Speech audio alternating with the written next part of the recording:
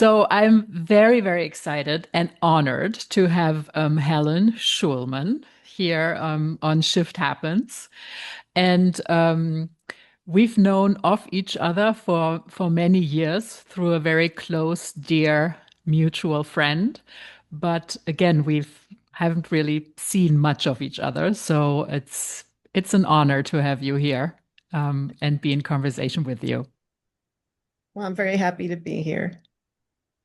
So, Helen, you are a best-selling novelist, a screenwriter, a short story writer, and a collection of your stories, Fools for Love, will be published this month, correct? Yes, I think July next week is the book party, right? The book it's launch. Tuesday. There is a launch. Yeah, Yeah, Rizzoli's in New York. Yeah. fantastic. Oh, at Rizzoli's, of course, classic. So you are really a literary star with everything that you've brought out there, and a strong voice for women, a strong woman's voice. And your work, your fiction and nonfiction, has appeared in Vanity Fair and Times, New York Times, The Atlantic, um, Condé Nast Traveler. That was the piece I read recently, which I love, but we will get to that a little bit later. So before we start with the shifts, I wanted to get to know you a little bit. Of course. And what is your current state of mind? You know, my state of mind for the world is absolute fury. Hmm. And I'm petrified at what's going on, and I feel very stressed out, um, politically, emotionally. I worry for my children and my students. I worry for the people of our country and other countries. But my state of mind at home right now is pretty good because I just went on sabbatical today. Today is the first day of Oh, my the sabbatical. first day. How long is it? A year? I have the whole fall off, and then in the spring, I have reduced duties. So I'm so excited to have Hmm. time to read and write. Even Hmm. though my job, I run the fiction program at the New School of the master's degree program, the MFA program. Is all designed to teach people to read and write. It doesn't leave a lot of time for me to do so. Hmm. So I've been waiting 6 years for this, and I'm thrilled. Wow. So Yeah. you're catching me on a great day. Okay. Another question. Dogs or cats? Well, we have two cats. They're Siamese. We always have Siamese cats. My husband and I, when we first moved in together, we cat sat for a Siamese cat, and then we got one. And then when he died, we got but we have two children. They each got their own kitten. And then later on, when those cats passed, Bruce and I got two more brothers. And you may see them running around in the background. Right now, they're snoozing in their cat tree. Okay, very clear. Apples or oranges? I would guess oranges. I don't really love apples. Still or sparkling? Oh, sparkling. And can you share your superpower? You know what? People talk to me. People, when I talk to them, they open up. It's Hmm. always been that way. I don't really know why. Maybe because I like to listen to them and I'm really curious about other people. That's always what has driven me in my work and as a teacher and a friend. I'm very curious about why people do the things that they do Hmm. and about their lives. Hmm. Hmm. So, you shared with me beforehand one pivotal moment. Of course, there are always many, but you picked one where you had a chance to listen to the Dalai Lama in person in Oregon a few years ago. What happened? You know, I don't even remember the year. I decided after I wrote this to you that I'd go look it up. And Hmm. he's given many audiences. I was in Portland for the first time. I was on my own. I was on a book tour.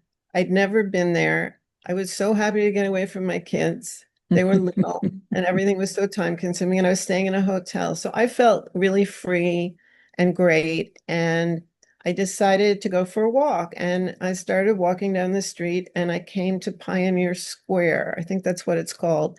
There was a huge crowd of people. And I was like, what's this about? And it was the Dalai Lama. And he was in the Hmm. middle of giving them an audience. And it was such a beautiful day. You know, Portland's not known for its weather, Hmm. but this day was stunning. And there he was. I couldn't believe my good fortune. And Wow. he was, you know, I mean this with as much heart as I can. He just seemed so regular.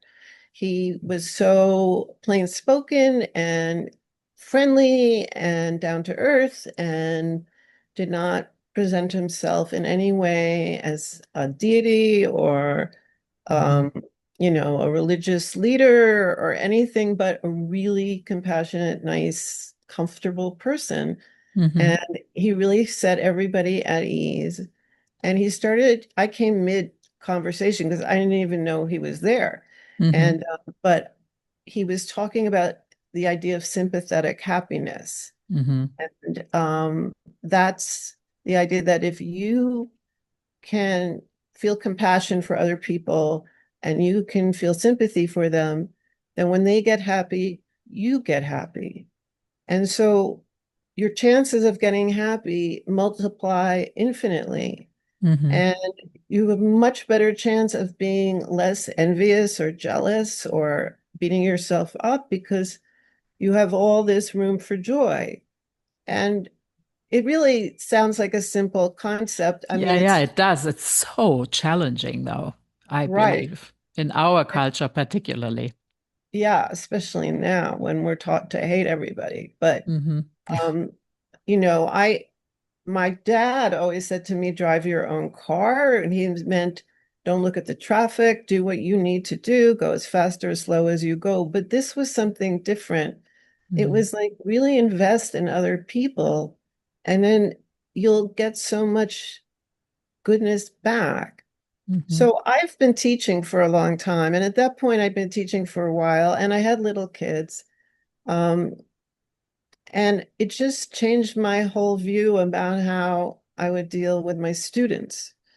That I could really invest in their successes and their lives, of course, their work, and get Hmm. happy when they were successful. And now I've been teaching, I don't know, I'm 64, so I've been teaching probably about 36 years. And I have so much joy has come my way through my students. Hmm. And it really has buoyed me through my life and their work and their progress and their books and their children and um, you know, their happy times in their lives. Of course, the sad times in their lives kind of kill me too. And this has been very hard on them, all the changes in the government and the attacks on higher ed. And a lot of my Mm. students are from other countries and some of them are trans. And so this has been a very hard year with them, but they lift me, they buoy me. And working with them girds me. Hmm. And I really think that moment changed a lot. I think I was more conflicted about it until he said this very simple thing to me. So it doesn't mean that, you know, every moment is perfect. It's not. I mean, it's been Mm. really hard. I'm Jewish. The problems in Israel have been catastrophic in every way. And then in the university, it's been very painful. Mm. So it's not, you know, it's not all roses, but that love that I have for them and that they show back really has makes my days feel worthwhile. And you feel is it like a muscle that needs to be be trained constantly or moved constantly, used Oh, yeah. constantly to keep this up. Yeah. It is, I mean, everybody gets jealous and everybody feels like a loser and everybody gets competitive. And it's good to remind yourself, that it's the opposite of Schadenfreude. It's like, Hmm. wow, this is awesome that this is happening. This is good for literature. This is good for this person. Hmm. Um, and, I get so much out of them. Hmm. Um, when I first started teaching, a lot of my students were older than me. And now most of them are younger. There's some who aren't, but they keep me attuned to the world. So once you get to know somebody, probably you'll invest in them. It's not everybody, but the majority of people are worth Hmm. investing in. And then Hmm. once you're invested, it's very hard to disinvest. Do you invest? Yes, Divest. it's the dive. Very Yeah. Yeah. hard to divest. So yeah, again, I Yeah. say there are students who I drive crazy and they drive me crazy. I'm a human being and I certainly have a temper and all of that, but it's But really helped. it's an interesting concept, right? To be happy for someone is different than to be happy through someone, and to actually have the insight to differentiate and to really feel that. That is yeah, something that needs, I think, training in the way Yeah, we live at the moment. it's sad because I went back and looked at some of his speeches and teachings, and I think the date that I was there was May 13th, 2001. So it was just before the Twin Towers. And Hmm. he was talking about how violent the previous century was. And of course, that's something that I felt acutely growing up because my grandparents were all refugees and their families were murdered. I shared a room with my grandmother growing up. And he was saying we can choose at the birth of this new century through compassion to have a more peaceful way forward. And then, 4 months later or whatever, we were Little did we attacked, know. Hmm. and then the whole world exploded. Hmm. But he was just so lovely and just so approachable and human, without any airs I mean, obviously, he's a wise person and he's fought a lot for his beliefs, but there was something very happy about him. Hmm. He seemed to be a person who could find joy in life. And I found that very moving because sometimes it's hard and sometimes we're trained to think it's always hard. And, he had lost his homeland, right? And being picked this way at such a young age, in some ways he lost the chance at I don't know, a typical life. Hmm. Um, he was really smiling. Yeah. And I mean, some interviews and videos I've seen of him, he's also like funny and silly and, like Hilarious. with an easy laughter. Yeah, It's his 90th that's birthday is coming up. And so this was amazing. years ago, right? I remember he said, but that could probably help me figure out when I was there. He said he was in his early 60s. So it's a long time ago. Yeah, it's a long time ago. So, I learned you are also a dancer and have always been, yeah, immersed in this art form. Is it another language for you, or just a way to move your body? I love to dance, and I danced as a kid. Seriously. I mean, not professionally, but Hmm. seriously. Hmm. I loved it. I don't dance now. I still take ballet bar classes and I do yoga. And if you turn on good music, I'll dance. Hmm. Um, but what you're referring to is this trip that my husband and I took. We were Yeah. in Bavaria and we were at a spa that had waltz lessons and dance lessons. And my grandmother had taught me to waltz when I was a little girl. Mm-hmm. She had, my grandmother grew up in Austro-Hungary, and she had a very lovely beginning to her life. She was very beautiful and she was educated, which Jewish girls weren't. She went to gymnasium. She spoke 7 languages. She was to do Wow. point. But by the time she came to the United States, her family, a lot of them were gone, and she came to one brother, and she quickly married my grandfather, and they had a laundry. So the life, and then she found out that most of her family had been murdered. So the life that she was raised to believe that she would have, she didn't have at all. Mm-hmm. Um, and it was a very hard, very painful life. And so she and I shared this bedroom, and I remember I was reading a book, and in it somebody was waltzing. She was on her bed and I was on mine. And I said, Grandma, what's a waltz? And she got up and she started to waltz. And by that point, she was a heavy set woman. She was slow. I think she was in her nightgown or a house dress. She was depressed. But she really could dance. And then she put Mm-hmm. her arms around me and we danced in my room. And I never forgot that. So when we were in Bavaria, I was like, let's waltz. And we took waltz lessons and it was so fun.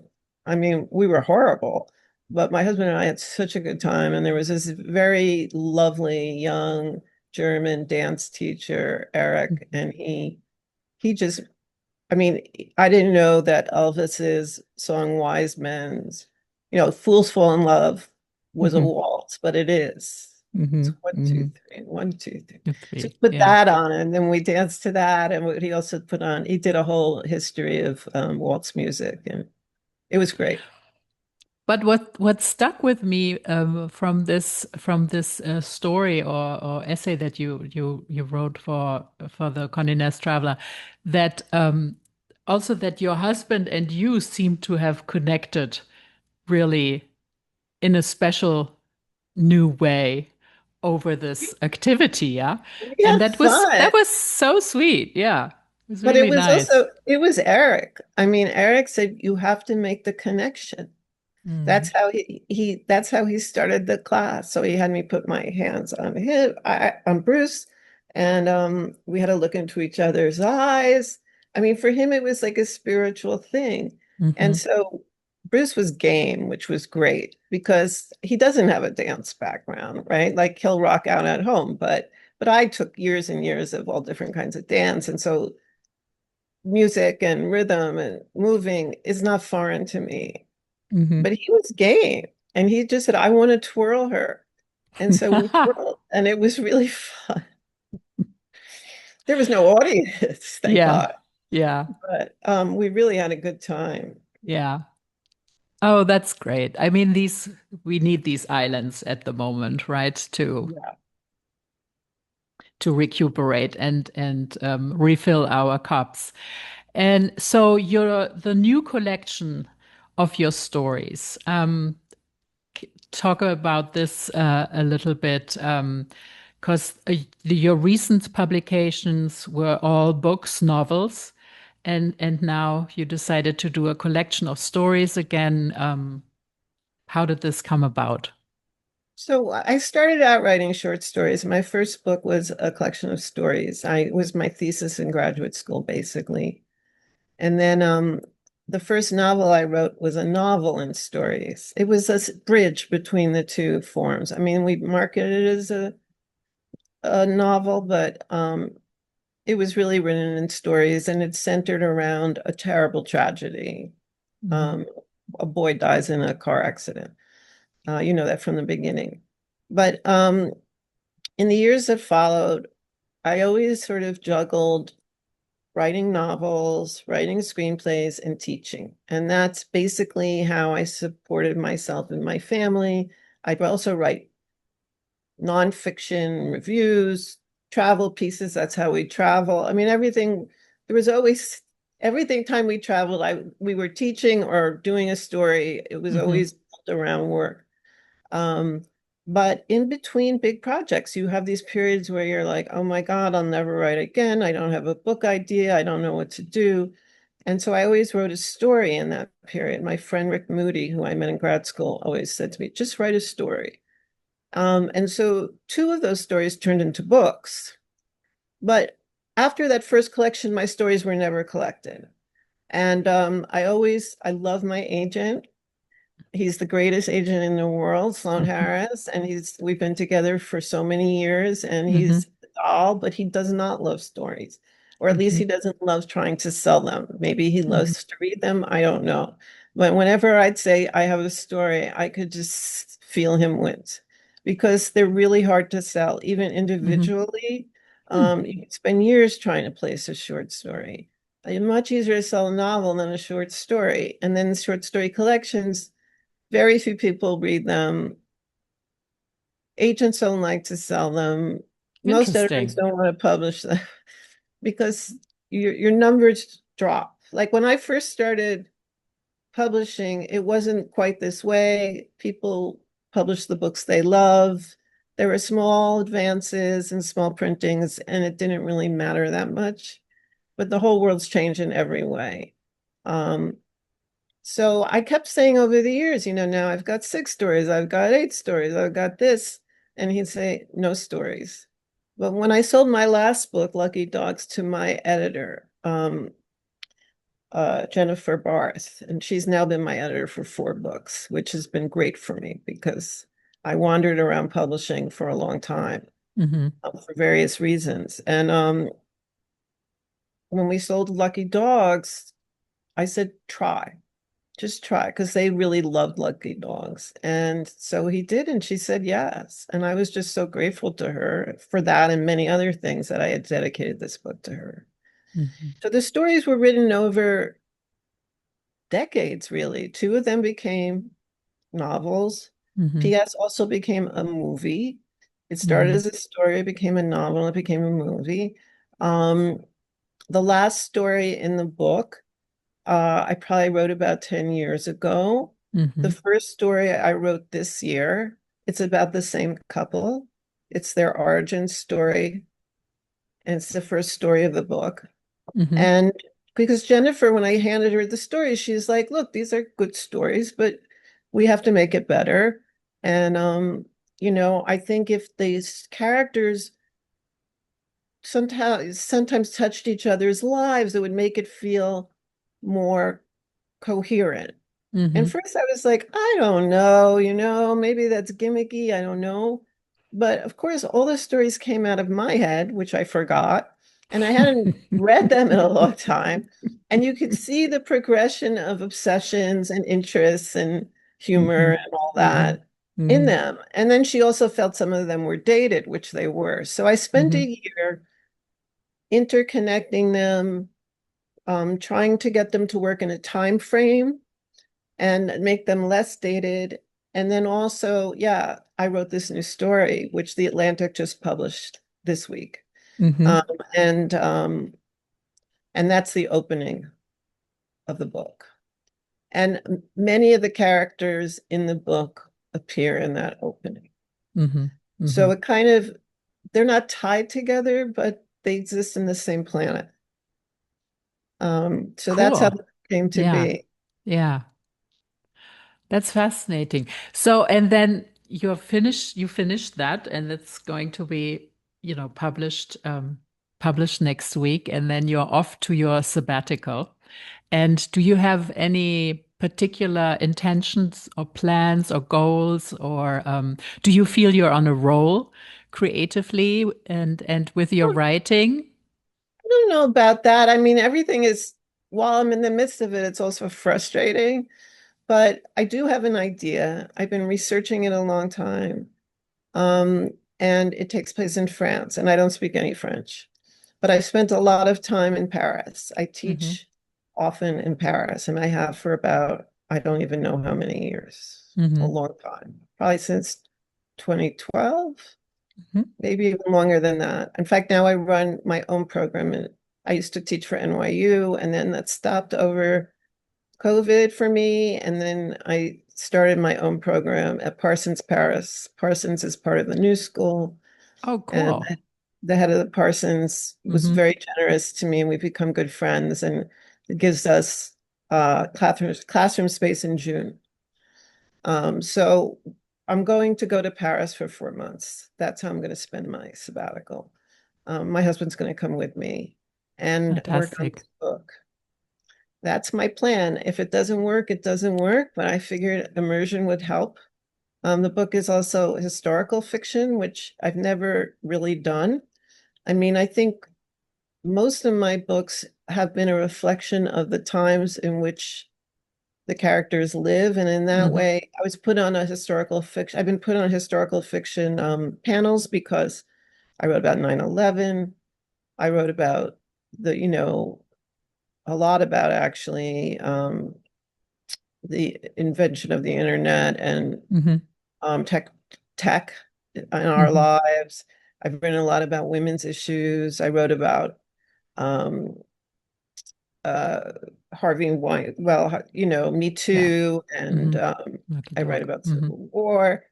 As part of my last book took place in the war in Sarajevo, part of it.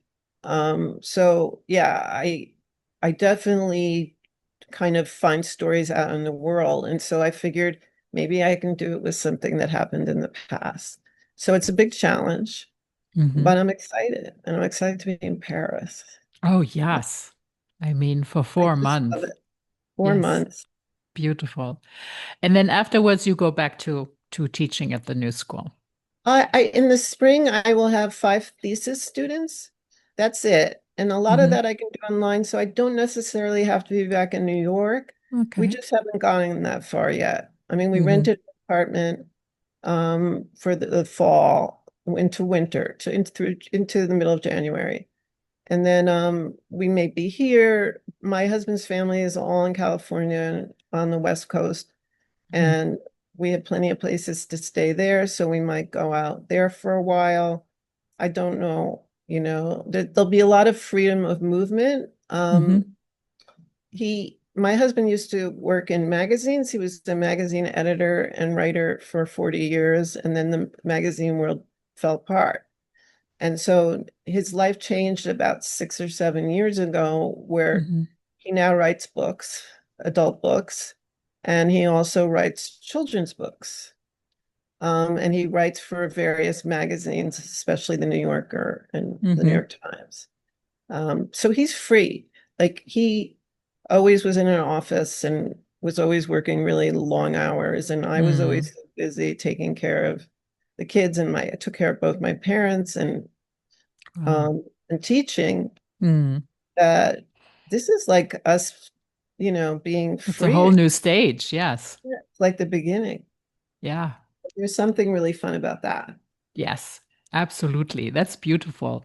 So when can I ask you, how do you calm yourself down? I mean, with all the things that are going on that you've mentioned earlier that are really on your mind and are really also challenging on so many levels. Like, what's a place where you really feel like you can center yourself? I'll tell you, I spent a lot of years working on this. Mm-hmm. One, I take anti-anxiety medication. Mm-hmm. I really had to, and I do, and it's really helped me. Two, I work out. Every morning I do some kind of class or even two. I have a lot of energy. Um, I find that while a lot of the work with students has been extremely painful because of the world and wanting to protect them, Mm-hmm. um, when I give over to other people, I just get focused on that. And the same thing is true with writing. When I write, I go into that world. So those things help me. Mm-hmm. Um, Reading is great, but I have to calm down enough to read. So I just reviewed a book for the New York Times this month called Mm-hmm. Bug Hollow. Mm-hmm. It's written by Michelle Honeven. And I really hadn't read a novel for pleasure in so long, because most of my reading is I read students' work, I read books to blurb. Do book reviews. And I was almost kind of scared to get into the novel. There's a way Hmm. that diving into a novel is like diving into a cold pool, you know. You got to get your courage up and you have to get your mind to calm Hmm. down. And Hmm. this just opened up.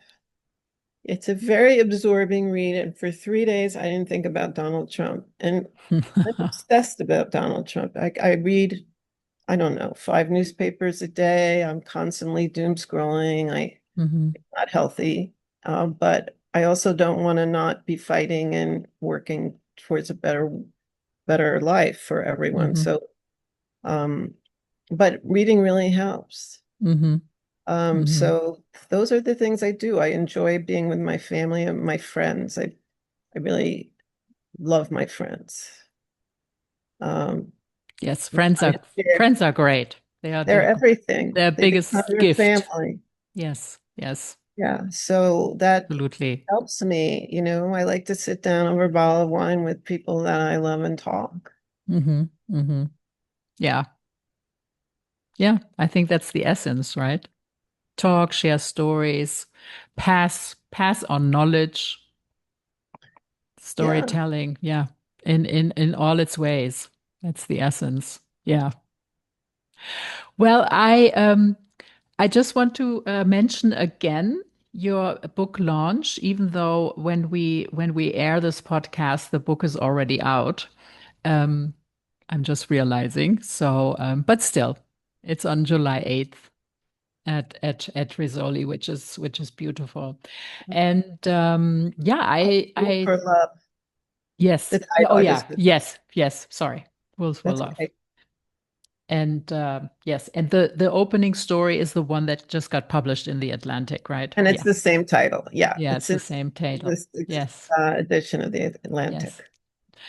Well, then I wish you a wonderful rest of your first day of your first sabbatical. Thank you. Thank you And very it much. was, This was a great launch for my first day. Thank you. yeah. And have a beautiful time in Paris. And then we will all be curious to see what comes out of that Thank you. in France and in history and yeah, your work. So thank you so much, Helen, for your time. Thank you, Claudia.